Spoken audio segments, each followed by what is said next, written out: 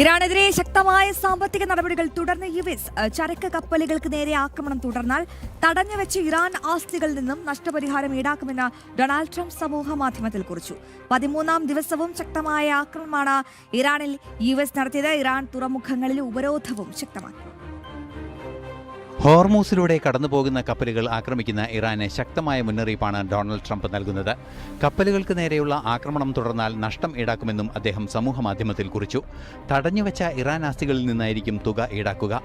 ഇന്നലെ സൗദി അറേബ്യയുടെ കപ്പലുകൾക്ക് നേരെ ആക്രമണം നടത്തിയ ഹൂതി വിമതരെ ശക്തമായി നേരിടുമെന്ന മുന്നറിയിപ്പും ട്രംപ് നൽകിയിരുന്നു.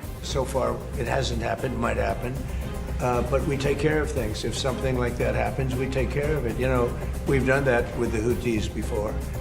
And we haven't heard from them in a while since we did what we did originally. That was about 45 days of very powerful action we took against the Houthis.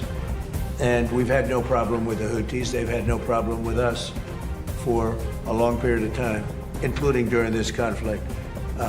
I think that if there is something like that, we'll just have to take care of business. 13ാം ദിവസവും ഇറാനിൽ ശക്തമായ ആക്രമണമാണ് US നടത്തിയത്. ഇറാന്റെ വിവിധ തുറമുഖങ്ങളിലേക്ക് എത്തിയ 12 കപ്പലുകൾ തിരിച്ചയച്ചതായി US central command അറിയിച്ചു. ഒരു കപ്പൽ നേരത്തെ യുഎസ് ആക്രമണത്തിൽ യാത്ര തുടരാനാവാത്ത വിധം തകർത്തിരുന്നു. ഇന്റർനാഷണൽ ഡെസ്ക്, ജനം.